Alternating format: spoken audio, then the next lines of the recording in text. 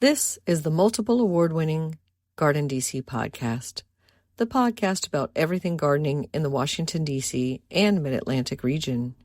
I'm your host, Kathy Jentz. I'm the editor of Washington Gardener magazine.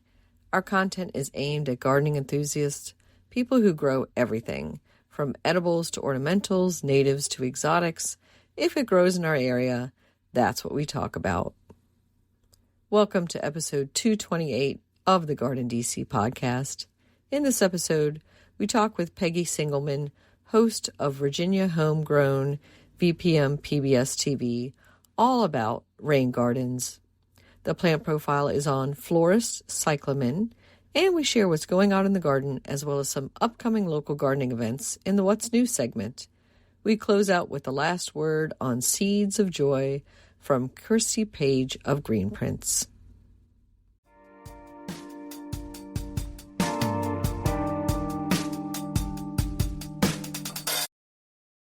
This episode, we're joined by Peggy Singlemann. She is the owner of RVA Gardener and host of Virginia Homegrown on VPM PBS TV. Welcome, Peggy. Thank you, Kathy. You know, I feel kind of the reverse here. I'm usually the one saying what you just said, so it's kind of fun. Yeah, it's always good to change chairs and positions every once in a while. We're going to get all into rain gardening and how we can handle all that excess stormwater on our property and maybe coming from other properties every once in a while, flooding our own properties and gardens. But before we get into all of that, Peggy, we'd like to ask our guests here on the GardenDC podcast, were they born with chlorophyll in their veins and a green thumb? Absolutely. Yes, I was. I can remember the garden of the house we lived in when I was 5 years old. That's pretty bad. Wow. Well, what was that garden like at 5 years old? Well, it had lilacs in it. It was in New York because I'm a New York girl, and it was in Westchester County. So it had a beautiful lilac tree. It had a cherry tree. It had lily of the valley up in the upper right-hand corner. It was an old Victorian. Along the sides, it had some iris. And my dad planted some dahlias. And then we had a vegetable garden. My parents were born and raised in the Bronx, and my father was always trying to grow a garden. And he was pretty good at it for a Bronx boy, I have to admit. So, yes. So was he your gardening mentor? Actually, no. We had a neighbor in that house. It was an elderly man, and he had an amazing garden. I can still close my eyes and see this garden. It should have been on a garden magazine cover. It just roses and peonies and all these beautiful blooming flowers all the time, and rhubarb, which up in New York, rhubarb is the thing, and just really wonderful, just flowers everywhere constantly. Rose arbors, rose arches, fence lines, that classic white picket fence with perennials going down it, hollyhocks and lupins and all those wonderful plants that are up north that I can't grow here in Richmond, Virginia. Yes, and lilacs galore. And he was coaching my dad on the vegetable garden, trying to help him fine-tune his skill, we'll say, because it wasn't his first vegetable garden. But this man certainly helped my dad. And my first crop was in that vegetable garden, too. And what was that first crop? It was beets. I still, to this day, have a love-hate relationship with the plant. I just didn't like the flavor. Of course, my mom cooked it, just overcooked it. Poor plant, But my parents had decided that maybe if I grew the beets that I would like them because I grew them. I still don't understand that mindset, but hey, I had my own beet row and I was excited, and it was my very, very first crop I ever grew at 5 years old. I was in kindergarten, first grade. Yeah. I mean, I can see why they would think that would work, because it's always the children's gardening advice is to have them grow something and then they'll eat it, even though they normally wouldn't have eaten it. Like if you would just put it on their plate, because you would be so proud of it. And you probably did try a bite of it, right? I had to. It still smelled the same. I had to try a bite of it. House rules. But yes, actually, I was at a restaurant about 5 years ago here in town, and I had roasted beets for the very first time, and I fell in love with those. So much better. So after that success with beets, even though eating them wasn't your favorite, they probably grew so well for you. Did you think at that point, I want to be a professional horticulturist? No, it wasn't. I have one more story. We moved. I'm a preacher's kid, so we moved a lot back then. And we moved to this house, and the church built this beautiful home for us because we have a big family. And I was gardening again with my mom. She was an awesome nurse. And to this day, I tell people she could grow 2 plants, bearded iris and snake plant inside. And that was the extent of my mother's growing capabilities. But we were weeding this garden she put in, and I said, Mom, you're pulling the wrong things. And she said, okay, smarty pants. And she drew a line down the bed. It was a long, narrow bed. And she said, you weed that half. I'll weed this half, and we'll see which blooms. Well, guess what? Mine we cut flowers from for the rest of the summer, and Mom's we sowed more flower seeds. And it wasn't until 11th grade, because back then you get called into the guidance counselor's office and you're going to have the college talk of where are you going to go? What are your interests? And it was actually our guidance counselor, Mrs. Verdeshi, and she was the one that said, what are your interests, Peggy? What do you do when you're not at school? And I'm like, I'm in my garden. And she's like, you have a garden? I go, yes, I have a garden. She goes, why aren't you in the horticulture club? Well, because I didn't want to be in the horticulture club. But she was the one that kind of led me to go to school for horticulture. And I was excited, very excited, thrilled, couldn't wait. It's like, how could I get out of school fast enough to move on to study purely horticulture? So that's how I landed in college. I'm one of the few people that actually have done my whole career with what I studied in college.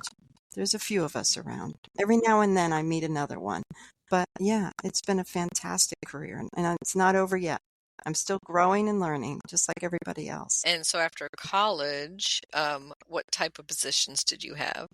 I graduated from school and immediately became the manager of a privately owned greenhouse business. And I learned about working for families in that job and learned I had to really start finessing and understanding the workplace vibe. And they were very kind, very, very kind family, but I realized I wasn't a family member. And I got jobs in various greenhouses and garden centers and even did a stint in a florist for a while to help pay bills. But when we moved here to Virginia, I had to get a job, and Mother's Day was coming up, and I knew I could grab my knife and go to a florist. So I went to Strange's Florist, which is a very large florist here in Richmond. It has 5 stores in Richmond. And I walked in 2 days before Mother's Day, and I said, I know you need me. I mean, that's pretty arrogant, but I know you need me. And I brought my knife, and I actually had a peanut butter and jelly sandwich in the car. I was pretty bold, but I knew they needed some help because I just knew the business. And he put 150 vases on the table and said, here, do 150, which I did. And then he threw more on the table and more on the table, and I got the job. It wasn't my dream job, but it was a job, you know, it would pay the bills. And so a year later, you know, as much as I enjoyed working there, I was done. And I was looking through the paper and this job position, you know, in the movies where it glows off of the help wanted ads.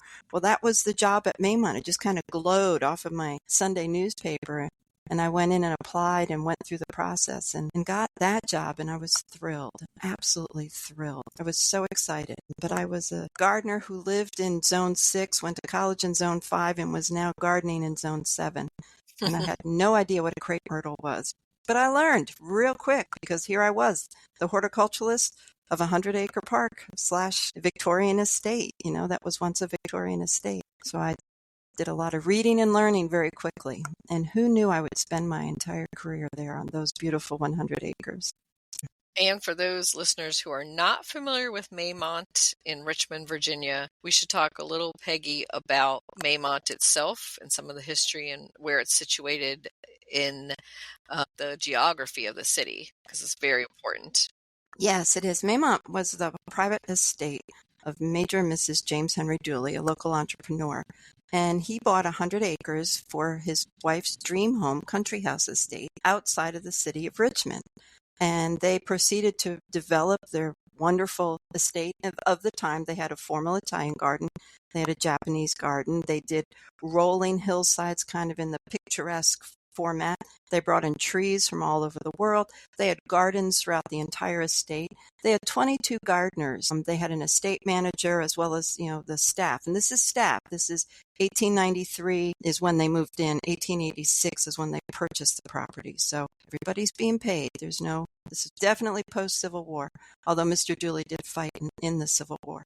But over the next few decades, they proceeded to develop this beautiful home in this beautiful grounds and gardens designed by Edgerton Rogers, who was a local who studied in Italy, and the Dooley house was one of his first commissions. But Mrs. Dooley loved roses. Her favorite colors were pink and blue. She loved to put pink weeping cherries against blue atlas cedars, blue deodaras, any Cunninghamnias, any place she could put that pink and blue combination together, she used it.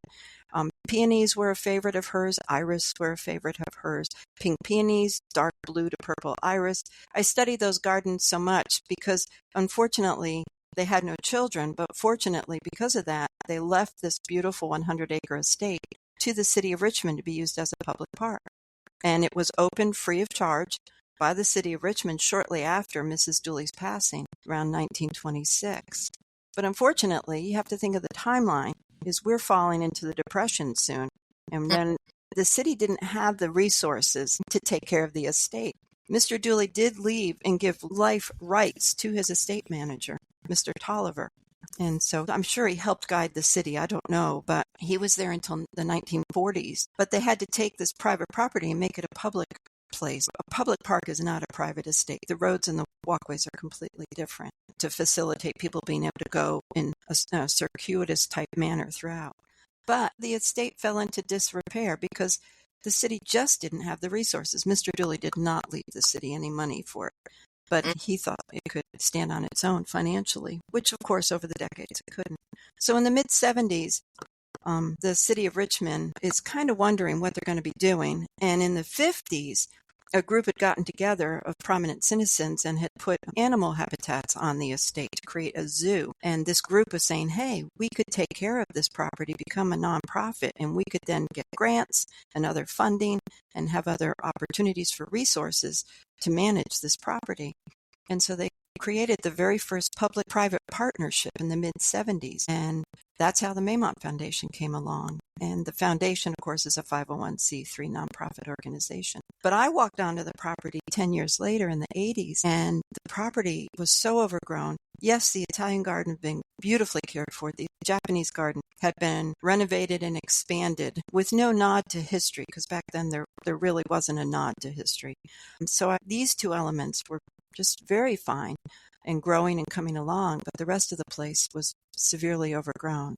So I would pull up to a tree that was shrouded in vines, and there'd be one little leaf sticking out that kind of was like, here I am, and this, massive like cousin it plant, 10 feet tall and 10 feet wide, and I'd have to crawl underneath and start cutting away vines just to be able to give the plant a chance to reveal who it was. That took years to kind of peel back time. And it did, and that's what people are enjoying today. I passed it on. I was there until 2022, 38 years, and somebody else's turn is the way I look at it. I had a great career there, learned so much, and I passed it on to a marvelous crew, and they're taking care of it now. And I had the privilege of being able to visit Maymont a few years ago, and I remember the hillside overlooking the river, the vast views, and it is a steep hillside down that left a big impression on me.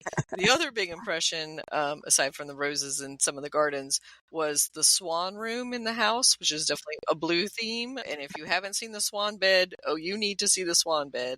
And I think there's a pink theme room or bedroom as well. Pink drawing room downstairs. Pink drawing room, yes. Very feminine, yes. Yep.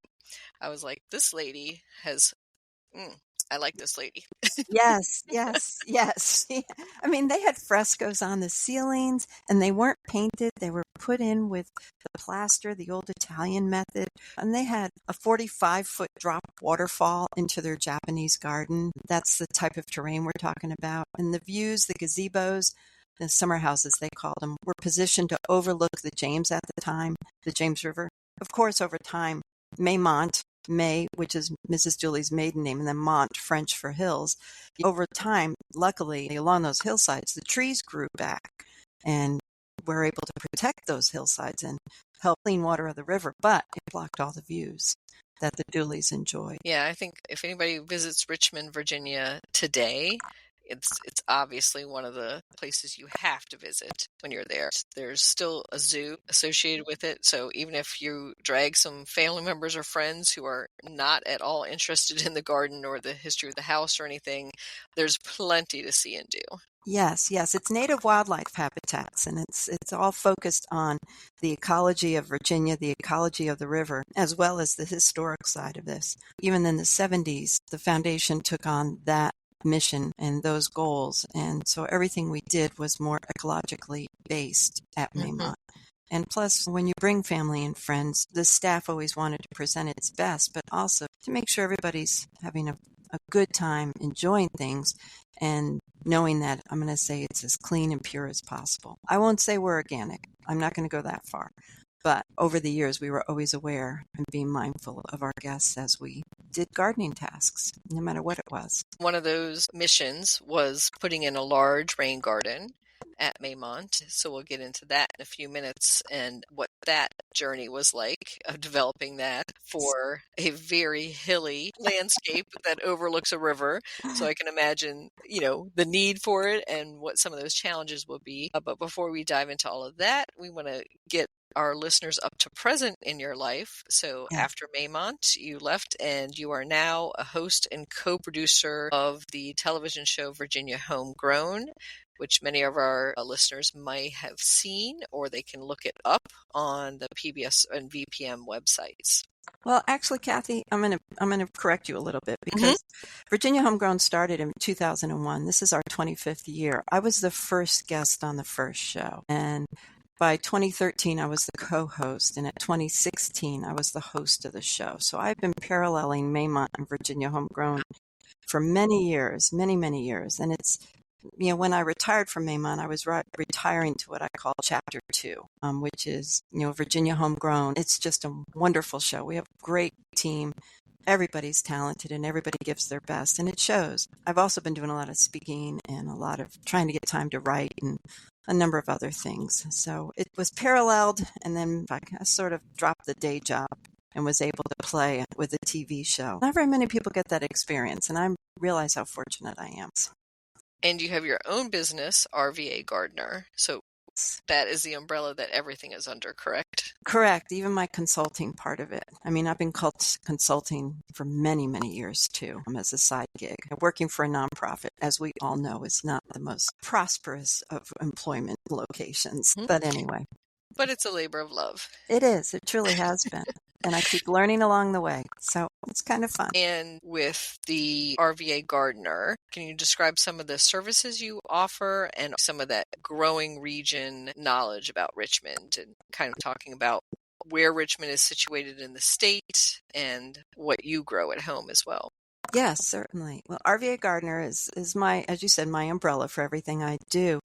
And what I do is a lot of garden coaching and consulting on private gardens as well as estates, as well as historic gardens. And because I'm used to managing 100 acres, it's very easy for me to understand the challenges people have of large properties. And I also have a large speaking engagement, I'll say, a list of programs, because a lot of people in the industry are focused on their own lawns or their perennials or their trees or their shrub people. But they kind of have their niche. But when you manage a public park or a public garden, you don't have a niche. You have to be involved with all of it, and you have to be up on all of it, staying up to date and keen on what's new, what are the most recent practices, and how to take care of trees that are state champions and national champions, which Maymont has a lot of. And so I'm able to go onto sites and really understand the challenges of the lack of time, the lack of staff, because where I worked, Maymont was primarily volunteer staff. There's the speaking. And then, of course, I've been writing newsletters since the day I was hired at Maymont, I feel. And now I continue to write them for Virginia Homegrown. And that's my next endeavor if I can find the time. The joy of no longer working full time is my gardens. And I love being able to work in my gardens and expand them and grow them the way I'd like to see them come along. And I use them as my laboratory. When people say, oh, look at this plant, I go get one and throw it in the ground and see how it does and try to treat it the way a homeowner would treat it, somebody who doesn't have a lot of time, like me, who doesn't have a staff. Like me, it's kind of hard. I miss those volunteers sometimes. But But Doug built me 10 raised beds, and my raised beds are 36 inches high. They are raised beds, and they're filled from the ground up with soil and compost, and I even have a few logs in the bottom of some of them just to take up some space. So I don't garden on my knees all that much. I have 17 deer that come through my yard almost weekly, and they have a habit of pruning as they walk, so I am always trialing what plants do the deer walk by and which ones do they stop and nibble at. And then I've got plenty of grass, and I'm preaching let's reduce the lawn. So I have a 1/4-acre meadow that I put in. It's in year 5, and I'm now what I call curating this meadow and adding seed of plants that I don't have, because it's all from seed, and trying to pull out and keep up with the loblolly pines that keep wanting to germinate and take over my meadow. And it's like, succession's not going to win. So I'm learning there what is required to sustain or to stop the level of succession at the meadow, because Mother Nature wants to come in and continue with that line of succession with small trees, and then moving into the pines, and then moving into the hardwoods. And I'm just battling it back all the time. But I'm winning right now. I have a lot of fun. I don't grow a rose here. I took care of way too many for way too long, but I'm growing just about everything else you can think of. Focusing primarily on natives, watching that 70-30% that Doug Ptolemy has been, encouraging us to abide by in mass, not inventory. So it's kind of fun. I'm having a good time here. I love that 70-30 principle that he talks about. So we should share with our listeners, especially those who are not at all in our region and might not be familiar with Richmond, Virginia, where it is situated, what type of soils. And you said Zone 7. I always thought of Richmond more as Zone 8. No, we're clearly Zone 7, squarely Zone 7. And we're actually along the James River. We're right on the fall line, like most of the cities along the East Coast. The ships only went so far before they pulled over. And it's 2 hours south of Washington, D.C., and about 2 hours north of Raleigh, if you're more southern based and need that reference. And we're 2 hours from the beach and 3 hours from the mountains. It's one of the reasons we live here, is because we can, within a few hours, escape to somewhere. It is the capital of Virginia, but being a native New Yorker and growing up outside the city, I consider Richmond a nice size, a very handleable town. Being the capital, we get wonderful shows and concerts, but it's not so overwhelming that you can't drive there, park, and drive home in a reasonable amount of time. As far as soils, it goes from clay to gray clay to silty sand.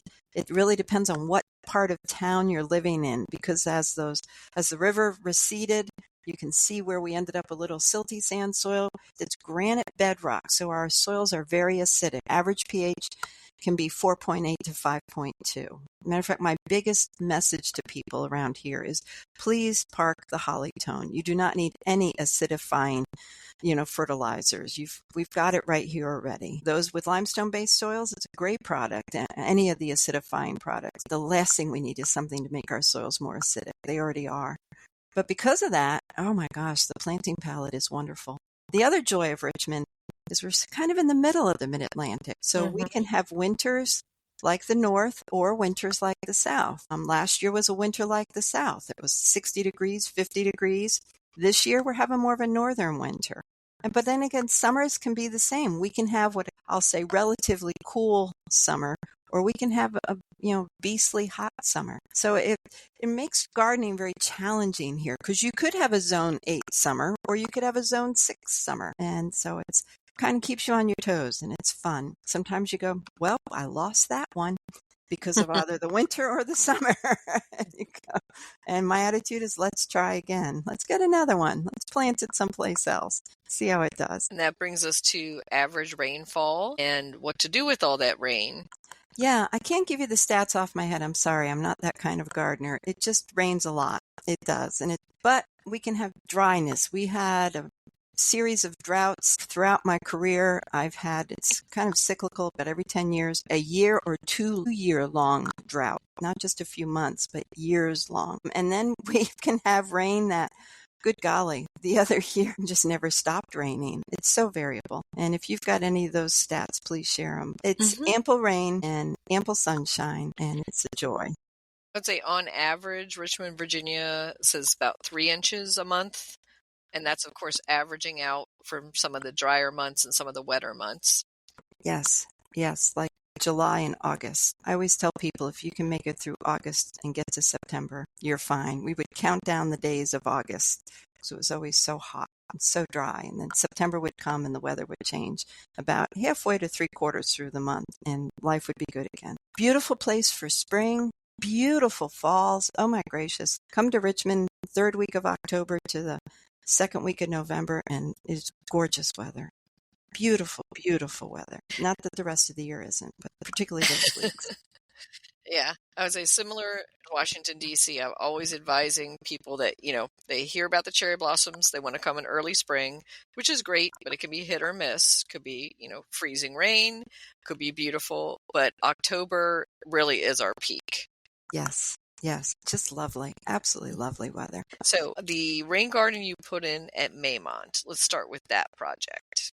Yes, we were doing at Maymont when I was working there. It was 2015, 2016, 2017, that range. And the children's farm barn complex was being renovated. And with that, there was a need to understand we needed to manage our water runoff because Maymont hillsides.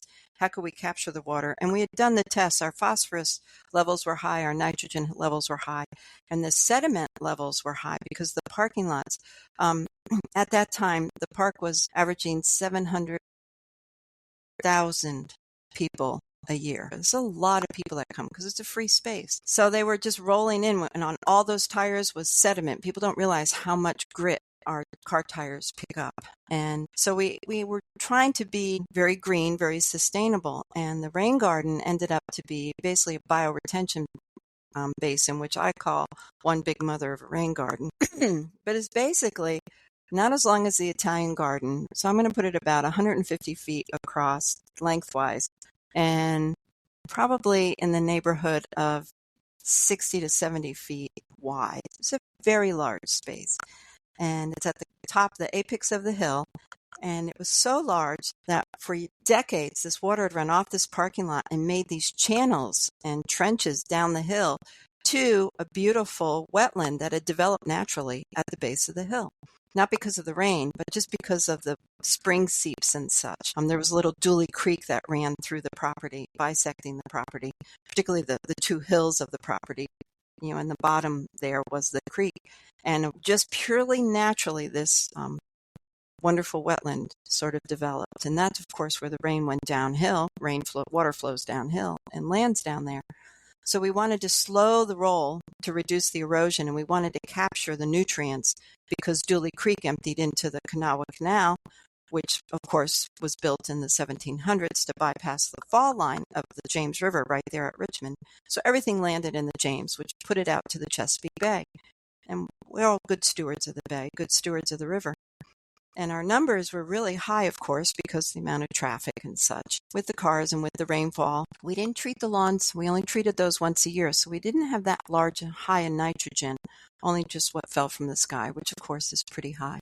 But what the kicker is understanding the history of your site. The very first step to a rain garden is to kind of check your percolation, check your soil pH, check what type of soil you have, but to check really down deep to see where does the clay begin and what's the history of that site. And unfortunately, in that particular site, they didn't really embrace the history because when the farm was originally built, they had to reduce the height of the grade to put the barn up so that it wasn't just sticking up and the neighbors didn't see it. And that's where the soil was put. So the perk tests were like, oh my gosh, this is beautiful. But what they didn't do was go down the full 7 feet to hit a layer of clay, solid red clay, like kind you can pick up, put in your hand and make a ribbon from. That kind of solid red clay. And so the rain garden was on paper perking, but in reality, when the hole was dug, it hit clay and it wasn't. It was impenetrable. That clay was a pond. It became a pond when it rained. So I learned a lot right there that I'd share because I have a little rain garden at my house. And the first thing I did was got a long pole, steel rod, and put that in the ground to say how deep does this perk? What is my soil percolability? And where I live, I don't have heavy clay soil, so the ground perks beautifully. And I tested my soil. My pH, like everything else around here in Richmond, is about 5.3. So I knew that I was dealing with acidic soils. But from there, when you put in a rain garden or when you put in a bioretention, and they're the same, they're just one's bigger than the other. Percolability is important because if it doesn't perk, you have to drain that water out somewhere. And you're like, well, why are you collecting this water, Peggy? What's the purpose of it? And the purpose of it is, in many cases, is to gather the sediments in a stilling pool and then to allow the stormwater to continue on and to kind of sit there for a short period of time, 24 to 48 hours, but to seep into the soil so that the plant roots can absorb the nutrients and the micronutrients and other pollutants, because plants can actually absorb pollutants and process them to reduce and clean any of the water runoff, and also to clean the water as it goes down to recharge our water aquifers, our groundwater. I think that's a very apt description, that you're holding the water temporarily on site, and it is acting as kind of a giant sponge or filter. So it's not that you're going to keep everything. That would be a rain barrel, a cistern, right?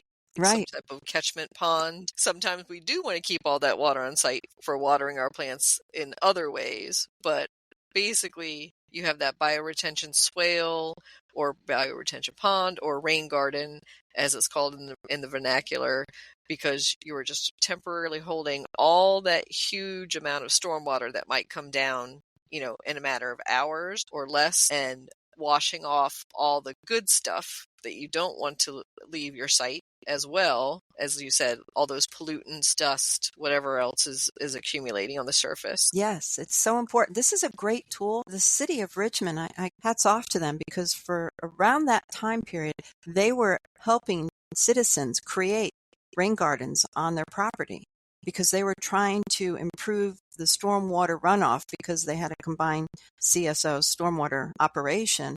And so they were encouraging citizens, teaching people, teaching homeowners, and helping to instruct them to build rain gardens on their front lawns, their back lawns, wherever. And these are not unsightly. Years ago, it was like a few river birches and the token bayberry and some grasses, and they weren't pretty. I was inspired when I was told about this rain garden project. I was like, mine's going to be beautiful. Years before, I put in a butterfly pollinator garden, and I wanted to continue that theme into the rain garden. I wanted it to have eco services for our wildlife, as well as manage the stormwater on the property. And so it's a beautiful, beautiful garden, if I do say so myself. But my predecessor has taken it to another level, and that's exciting for them to embrace it and to continue to cultivate that garden. But even in our homes, make them pretty. They don't have to be unsightly. They don't have to be, oh, there's the rain garden.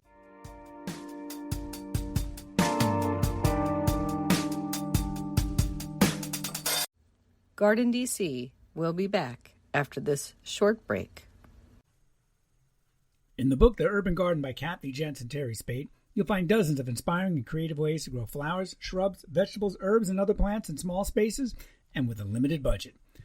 Whether you want to grow on a balcony, rooftop, front stoop, or a tiny urban patio, turn your growing dreams into reality and build a gorgeous and unique garden that showcases your personal style while still being functional and productive.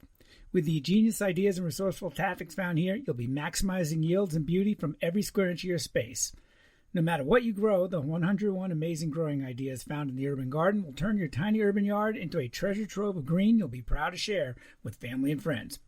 Buy your copy today at your local retail bookseller or order it online now at Amazon.com or bookshop.org.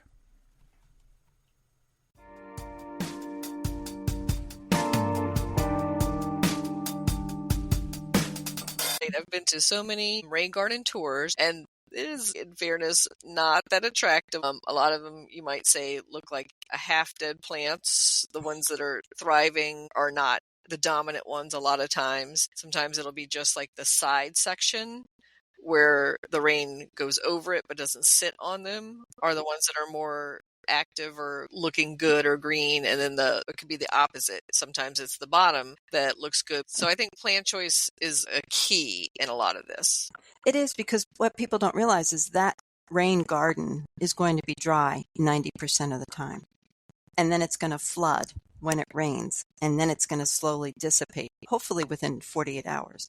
And so the plants that you choose, you can't think swamp, wet, You need to think plants that have a large fibrous root system so that it can absorb all those nutrients we're trying to assimilate in that plant, as well as pull from the stormwater and not have it continue to pollute our soils and the runoff, but also to be able to handle that dryness, but to handle that period of intense, quick, wet soil, being underwater. And of course, water, there's very little oxygen in water. And our roots, of course, need oxygen. So many of the plants that were chosen initially and by many homeowners are plants that, because they didn't get the oxygen for 48 hours, basically suffocated and they died. And then they throw their hands up. But there's so many lists, like in every state. I went online and I started looking, conservation departments, rain garden lists. And from what I can tell from almost every state in the union, there is a rain garden list for your environmental conditions. And so there's tools out there for people to use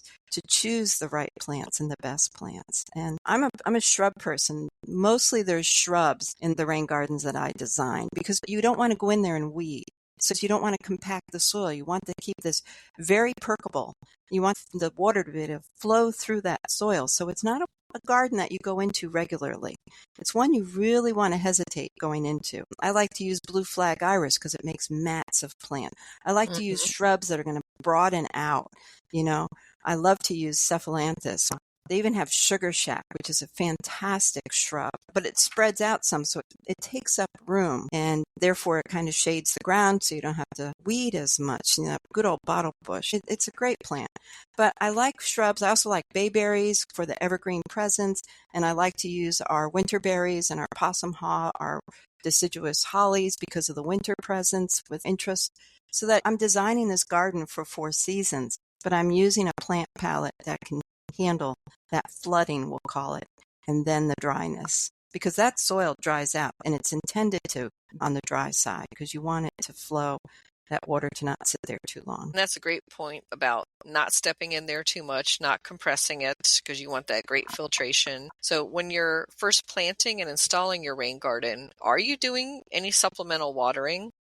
I did. And gosh, I think the water bill tripled. I'm on a well here. So yes, I use a lot of mulches when I plant, no matter what. I'm a mulch person. And I learned the hard way to really use kind of a heavier mulch. I use pine tags and things like that will not float when the rain comes. If you're a double shredded hardwood person, this is not it. If you're a cocoa whole person, this is not the application. It'll all float away. But you've got to be able to understand that soil drains quickly for a reason, and you've got to choose the right plants that can handle that extreme dryness once they get established. But you're right, getting them established, you've got to water them in if it doesn't rain, and you've got to mulch them well to be able to be more sustainable with the amount of water that you're going to be using. But once it's established, you're fine. You don't have to touch it.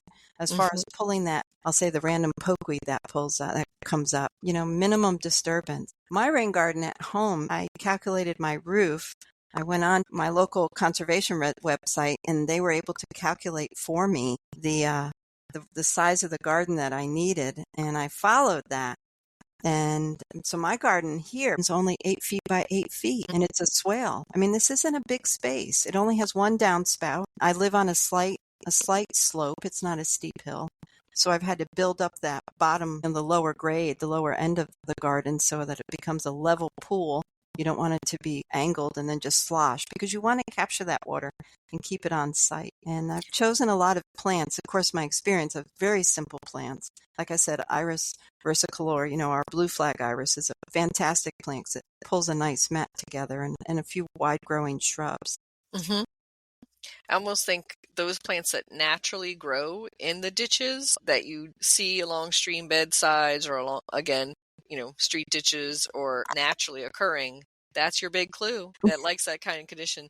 And when you referred to the formula, I've seen a lot of formulas over the years for rain gardens and how to calculate the size of them. And I found one online with raingardenalliance.org. That's the It's one. a really good one that you could just fill in your surface area, your downspouts, the soil quality, whether you have clay or sandy or silty. And what I love is they actually ask for your slope.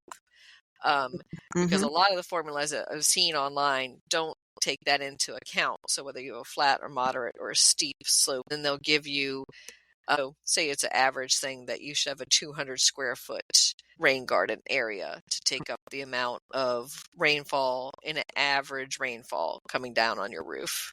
Exactly. And that's only 20 feet by 10 feet. That's all it is. People go, oh my gosh, 200 feet. And it's like, it's just 20 feet by 10 feet. That's it. And it doesn't have to be round. It doesn't have to be square. You can make it an organic shape. Make it, like I said, make it attractive. Have it be part of your landscape. Go through that list and pick your favorite plants. And you can put in ferns. You can put in grasses. Our sedges do great in rain gardens, and they stay low. And they like to grow and clump and make a nice mass. Think about things. And if you need help, you can call in a professional for some suggestions, but also your cooperative extension. All of our master gardeners are basically well-versed in materials to share with you on making good, sound choices for your rain garden. And if something fails, go try something else. It's okay. All of us lose plants. Nobody puts in a garden and it's perfect right off the bat. Very true. And so we should talk about the maintenance that rain gardens needs. Obviously, if a plant fails, replace it with something that might succeed, experiment a little bit on that. But there is a point where that sponge fills up, all the holes get filled in the filtration because it's doing its job. But say 10 to 15 years from now, what would the homeowner do? Yeah, you unfortunately kind of in phases do have to pull the plants out.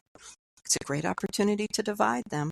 And you have to kind of replenish your soils, replenish that bioengineered soil and, the rain garden soil, which is basically a combination of sand and silt and compost. And you've got to make sure that, that soil has compacted over time. So you've got to fluff it up and add some more to it to be able to get, the porosity back. And there's stilling pools in bigger gardens, like bioretentions, and the larger gardens will have like a pre-pool. Oftentimes it could be filled with rock. It could be filled with, I'll say, faster filtering plants to slow that water down, to have it kind of still or settle a little bit. So the sediment drops first and doesn't go into your rain garden. And if you don't have that stilling pool, then what you have to do is you have to take that sediment off because it'll form a layer, kind of like a layer of frosting on a cake. You've got to take that sediment layer off and, like I said, replenish that rain garden soil, the bioengineered soil. But if you do have a stilling pool, you're going to be cleaning that out about every 5 years. Because if it works properly, you'll have that filled with the sediment. That'll catch the sediment, which then reduces some of the maintenance of the rain garden itself. At home, I just have the one pool, and I know in a few more years I'll be yanking everything out and replenishing the soil, fluffing it back up. And then knowing me, I'll go get new plants because I'll be tired of the ones I have. Use it as an opportunity. I think it's definitely good to know that we're talking about a 5 to 10 year span and that there's going to be some turnover and that it's not just set it one and done. And I think we should probably rewind a little bit back to the establishment of the rain garden itself. So I'm looking at a 10 by 20 space in my property. Maybe that's a little bit of indentation in the lawn already.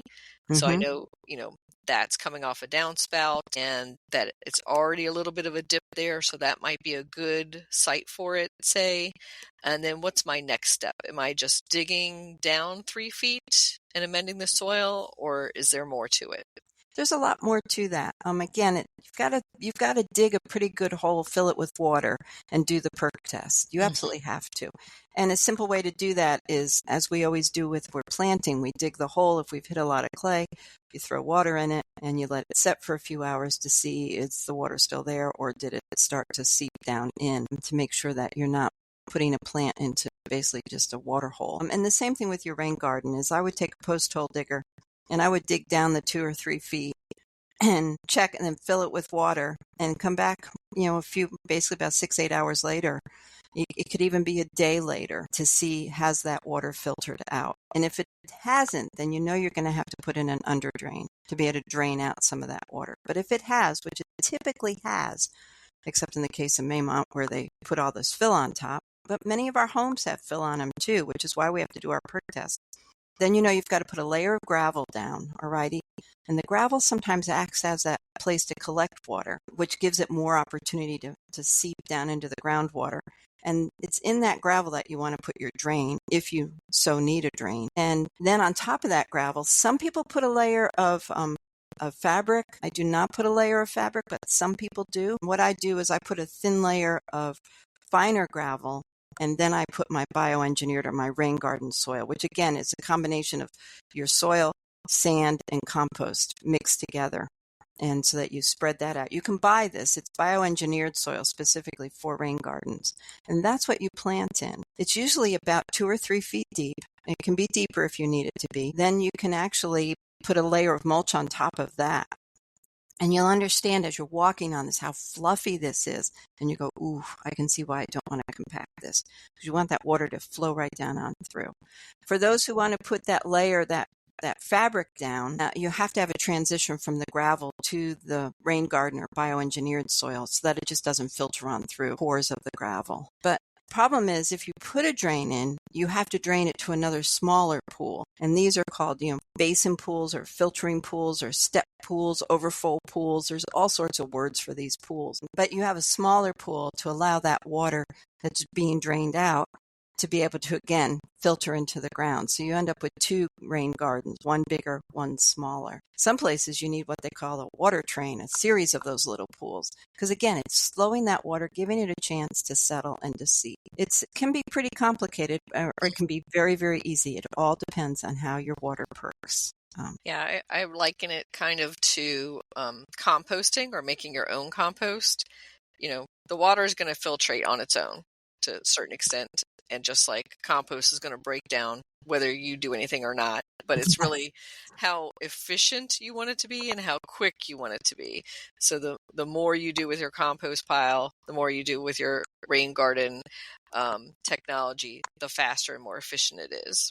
Absolutely. Yeah. I'm a person that encourages people to install these because we all need to try to keep our stormwater on our property and give it that opportunity with so many lawns, coating our United States, so many acres and acres of lawn. What people don't realize is that's a monoculture, and it really does not allow for the water to penetrate as much as you think it does. Mm-hmm. It's very tight. It's got a lot of duff down in there, and those roots don't go that deep because, again, the water doesn't go that deep typically because more than times than not, people have been irrigating it, and the roots will only grow as deep as the water flows down in from the irrigation. And we tend to think, oh, the water's going to seep in, and it doesn't. It actually sheets off and then lands down at the roadside to be picked up brought through whatever storm system our community has. Mm-hmm. So if there's any way we can gather water and hold it on our property, I'm all for it. I really encourage people to think in those terms. I also think that the legal system is going to catch up with a lot of this as well. If you're not absorbing stormwater, there's some areas where there's a fee or tax levied on you for as much hard surface as you have to pay for that. So if you're not doing a catchment system of some kind, you're going to pay higher taxes. But I also think there's going to be lawsuits down the road. Like if you're flooding your stuff onto your neighbors and just shunting it down there, you're flooding their basement or causing their issues. Yes. Like I live on a slight rise. My neighbor has the top of the rise. So I know when it rains heavily, his water is coming into my site. And I know that. I mean, you can see it. So I have managed to find ways to capture that water and to drain it off to either my rain garden or to another drain part that brings it down and puts it into, I'll say, a lower garden that I have that is kind of like a rain garden because it collects the water, but I didn't build it as a rain garden. But it's still working as a rain garden because, again, my soils perk well here. They're not perfect, super wonderful, but they perk well enough that they capture that water and hold it. Yes. And I was thinking that also having an actual water garden is kind of, to me, a rain garden on steroids. Yes, exactly. It is holding all that rain, and I don't have to top off my water garden after a good summer thunderstorm from evaporation or anything. It does have a little bit of if there's a spillover, like if we got, 8 inches of rain in a day, then it might have that spillover, but I've rarely had to use that. Yes, this is the first house. We moved to this house 10 or 12 years ago, and this is the first house we don't have a pond. We have no water feature except the rain gardens. and it's kind of strange. It's kind of different, but I'm using containers that I have little fountains and things much easier and I'll say a little bit less maintenance. Let's talk a minute about rain barrels real quick. Most people think of rain barrels as, I'll say, not the most aesthetically pleasing part of our landscape, but there are so many styles out there. You just got to look around, do some searching on the internet, and you can find some really attractive ones and some that blend in. I bought some that are more of a Grecian urn size. They hold 65 gallons and they're the same color as my brick house. So they visually disappear. Some people want to get artsy with them, and I respect that. That's not my style. I would rather see it kind of visually go away for people to look at my gardens and not my rain barrels. And I don't want them to be eyesores. So, it took me a while, and I spent more than I probably planned to, but I'm happy. I'm going to look at them a long time. I like the ones that blend in, either they're the dark brick red like you're talking about, or black, or some people will build like a little shelter around it, something that makes it blend in with the landscape. Unless you're going to make it a plantable rain barrel, where I've seen those where you can plant in the top section and kind of have annuals or something else draping over the top. Yes. In Richmond, we can't get that. That little pot up at the top will be dried out by 10 a.m. on a summer day. Yeah. I was going to say, even if it's on a rain barrel, it might still need watering every once in a while. So we should bring it to precautions for your rain garden, which is any digging. You probably need to check out the site, have your local utilities mark. You don't want to hit your gas line or anything. Absolutely. You've got to call Miss Utility, no matter where, to make sure that your lines are marked, because you don't want to A, hurt yourself, or B, cut a line that will cost you a lot to have it mended. And also, really, I want to say precautions to me would be, what is the traffic flow of the site? Do you have any pets? You don't want your pet in this garden. You don't want it to become adopted by your pet. And also understand, if you have children, or grandchildren, that this is not a place to go in and play, because it's very soft and spongy, and that when it does have water in it, that it becomes kind of an attraction, even though it might be a 1 or 2 day event. It could be water of about 12 inches deep, if not deeper. And so that's a precaution too to take care of. Again, short-lived, but it's there. And then a precaution to me about what plants you're planting there. Some people are very concerned about, is a plant going to harm somebody? And a few of these rain garden plants, are not the best to put in there if that is a concern of yours. So those are those precautions. And then again, it's so hard to keep out, because as a gardener, I want to weed it. So I get some long-handled tools and hose and such, and I've become very adept with a very long-handled hoe. And even I've gotten, those extended saws and extended loppers on the poles, pole saws and pole loppers, and you'd be surprised how you can pull a weed out with that hook really nicely, 10, 12 feet in, and you haven't touched that rain garden. Put your own body on it.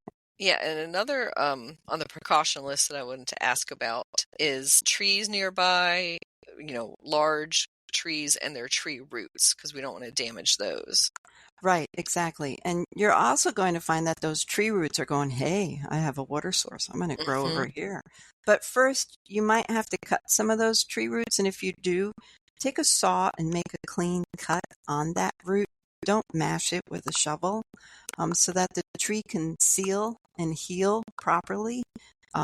And then move on by growing another segment of that root off to another side. But yes, we don't want to put it directly underneath the tree at all. We don't want to harm the primary buttress roots of a tree for your rain garden. And if you do, that tree is absorbing so much water. It's absorbing so many of the nutrients as well that we're trying to sequester into our plants. So if the only site is with a tree, look elsewhere. Try to think of, how could we mitigate this to have it be moved over to get underneath the canopy. To make sure it's not underneath the canopy of a mature shade tree. You want it out in the open.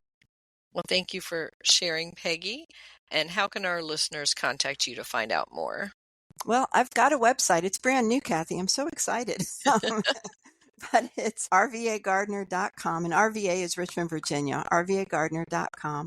And also, I encourage emails. Peggy at rvagardener.com is my email address.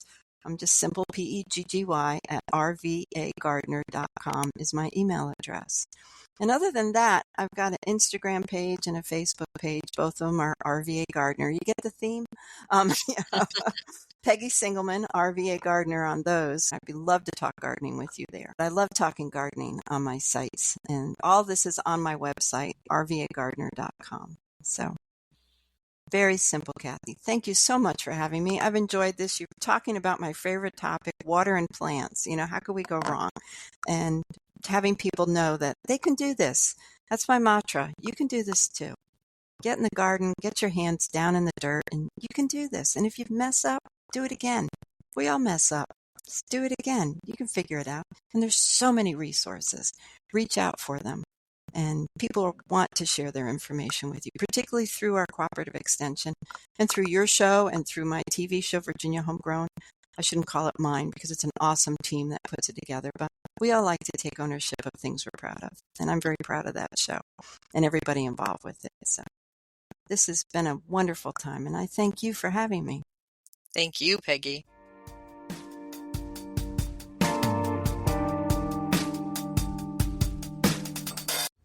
GardenDC will be back after this short break. Get low-maintenance alternatives to lawns with Grouncover Revolution by Kathy Jentz. Reducing the lawn is among the biggest trends in homeownership, with an endless stream of homeowners looking for an eco-friendly alternative to a traditional turfgrass lawn. In the last few years alone, over 23 million Americans converted part of their lawn to a natural landscape, and now they're looking to do even more. The biggest challenge to adopting this new ideal of the perfect lawn? Knowing how and when to replace your turf and which plants are the best ones for the job. Groundcover Revolution is here with all the answers you need, and some you didn't even know you needed. Included are 40 in-depth profiles of plants that are perfect choices for replacing a grass lawn. There are options for sun, for shade, for dry and wet sites, and for various climates around the globe. There are choices that bloom, options that are evergreen, and selections that are deer-resistant. Kathy Jentz has also included an incredibly useful chart that gives you all the specifics on each of the 40 choices for quick reference and to make your ground cover selection process even easier. Whether you want to replace the entire lawn or just reduce the amount of land dedicated to turf, Ground Cover Revolution will help you usher in a new and improved idea of what a beautiful lawn should be. Ground Cover Revolution is available now wherever you buy books, including Amazon.com and Bookshop.org.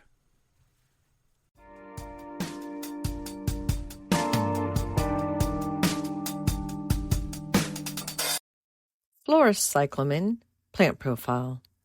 Florist Cyclamen, Cyclamen persicum, has heart-shaped leaves and sweetly scented flowers that come in a range of colors from white to pink to red to lavender. It's also known as Persian cyclamen and previously was categorized as Cyclamen latifolium and Cyclamenis persica. The plants flower in late winter into spring and go dormant in summer. It's native to the Mediterranean and is hardy to USDA zones 10 and 11. Florist cyclamen is grown as a houseplant in areas with cold winters, and it's especially popular as a flowering gift for Valentine's Day.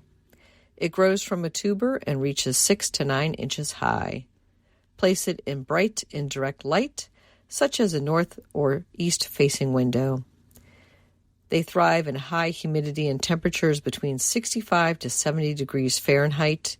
Keep them away from heat sources or air vents. The plant is toxic to dogs and cats, so do not allow pets to access it. Avoid watering the top of the plant, which can cause the tubers to rot. Wait to water until the soil feels dry. Reduce watering when it goes into its dormancy. Remove the spent flowers to encourage continual flowering. Give the plant a weak liquid fertilizer every month or two during winter. Cyclamen can be propagated by seeds and by division of the tuber. When repotting florist cyclamen, be sure to keep the top of the tuber slightly above the soil level. Florist cyclamen, you can grow that.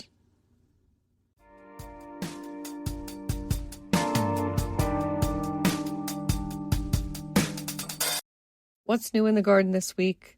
Well, the violas that I planted last fall in containers near my back door are starting to push out new blooms, and it's wonderful to see in this time of snow and ice and thaw and mud and then snow and ice again. In the garden tips that we shared this week on social media, we gave cut flower advice to make your Valentine's Day bouquets last longer, including not to set your flowers near a heat source and to keep them away from bowls of ripening fruit. In local gardening events, I am going to be speaking at the Philadelphia Flower Show on Sunday, March 9th, about dealing with deer and rabbits in the garden, and they have offered a discount code of $3 for you to attend the show. And when you register for the show at the Flower Show website and purchase them, you can enter code GREAT25. That's GREAT 25. My talk is part of the Great Grow Along weekend, so I hope to see you there. Online, coming up on February 25th at 7 p.m. in the evening, the Maryland Native Plant Society is hosting their monthly talk, and the subject of this one is Rare Plants and Ecosystems of Mountain Maryland. You can register for free for that at mdflora.org.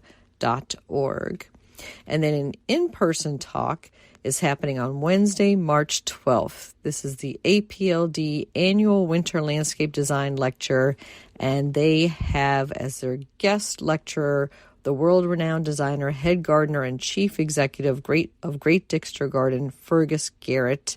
And you can register for that through Eventbrite. That is from 12 noon to 2 p.m. that day, again, in person at Brookside Gardens. And that same day, but in the evening at 7 p.m., is an online talk being hosted by Harvest Share Maryland. The topic is food gardening on a warming planet, featuring friend of the show, John Tronfeld, speaking about sustainable gardening practices in the face of climate change. And again, you can register for that for free through Eventbrite. And then on Saturday, March 29th, the Ikebana International Chapter Number 1 will host an Ikebana demonstration and luncheon at the Columbia Country Club in Chevy Chase, Maryland. The event is a social hour in Ginza at 10 a.m., followed by the Ikebana demonstration and a seated luncheon.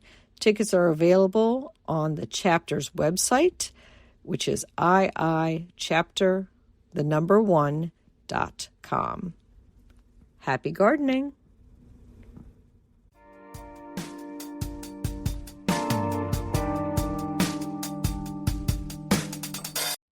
This is Christy Page with The Last Word by Green Prince, and today I'm reading a story, Seeds of Joy by Anne Pednick.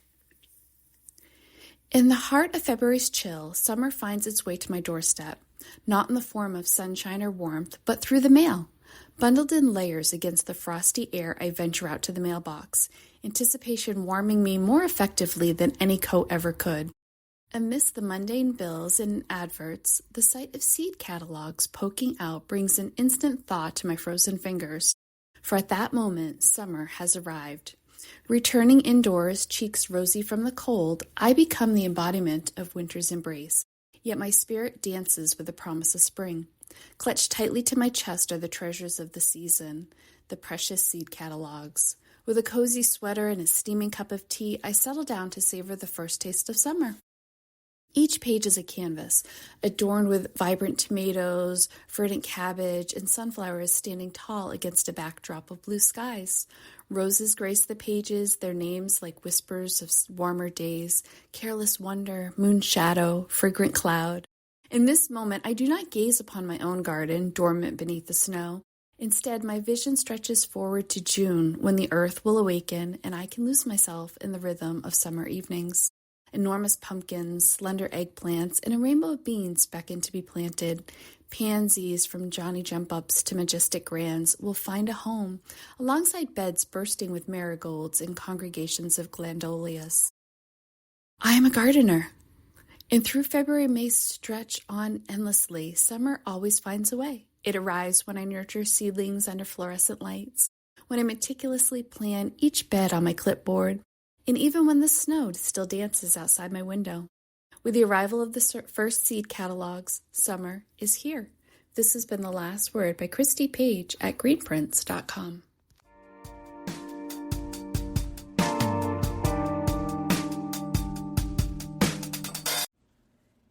Thank you for listening to GardenDC. You can become a listener supporter for as little as 99 cents a month by going to the supporter link in our show notes or directly to podcasters.spotify.com/pod/show/GardenDC/support.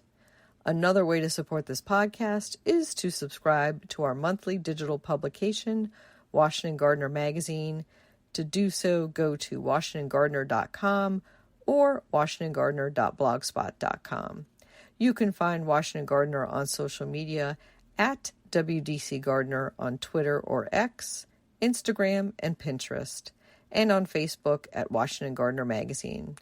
And be sure to leave us a 5-star review on your favorite podcast platform. Please take a minute to share us on social media with #GardenDC so other gardeners can find us too.